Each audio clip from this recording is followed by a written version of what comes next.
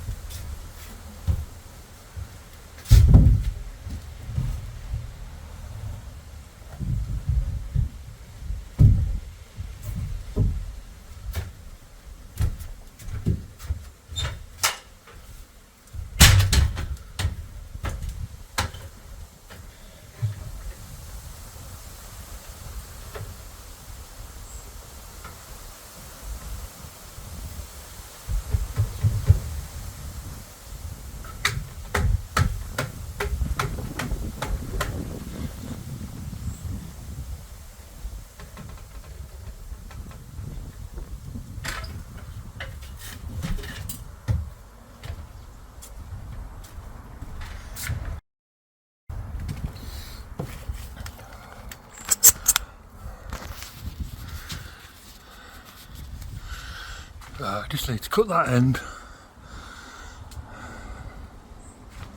I think that'll be alright. It's no different to putting a couple of 4x2s on there. Like I say, I should have made this wall higher, but I didn't know which way the roof was going at all. That still pisses me off. That's going to get like a fillet in it and then projected for a small canopy. This end at the other side of there is only going to have a small overhang, just enough to let the water drip off.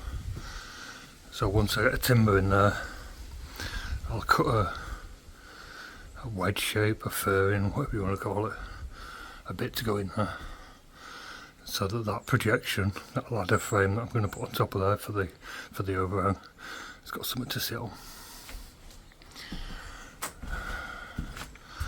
There's going to be a skylight here, 900 by 600 or 1200 by 600. I don't know exactly yet. She's ordering it. Anyway, I'll cut that end, get a couple of coach screws. I'm going to put a bolt through here and there, full bolt all the way through.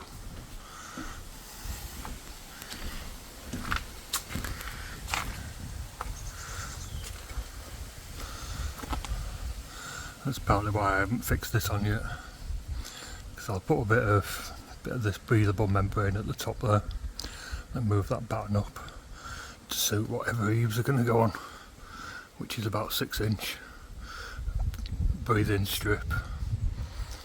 What do you call it? Eaves vent. I put an eaves vent in, and then there's going to be a strip of wood next to it that's painted out, and the fascia on top of that other board. Right, you see that timber there? Let me show you. It's got a very slight bend in it. See, I'm almost flush there. Almost flush there. Very slightly behind there. That one is pretty straight. I'll come up here.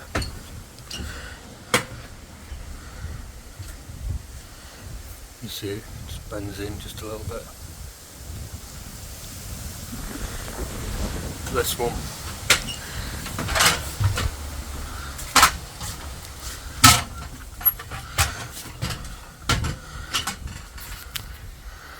That one. It's pretty straight, it's got a pretty slight bend in it.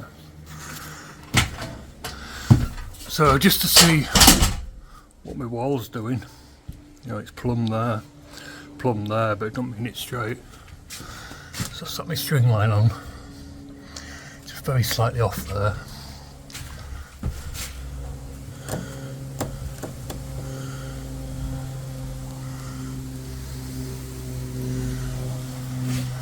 8 or so mil off there.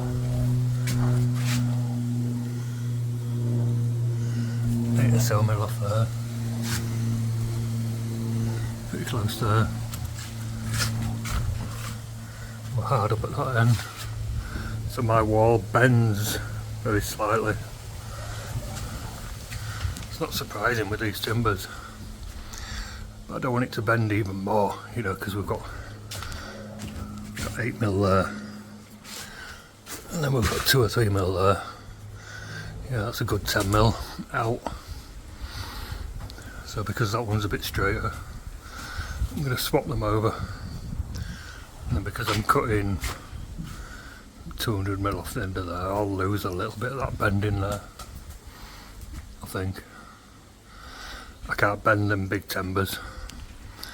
And this one, I can't move it. I might be able to get a strap on it and pull it in shape. I'll have to see what this one is. It's only a few millimetres. When I get the timbers on, the roof timbers, I might be able to pull them in a bit. Right, so I've swapped them over. You see this one's pretty much flush.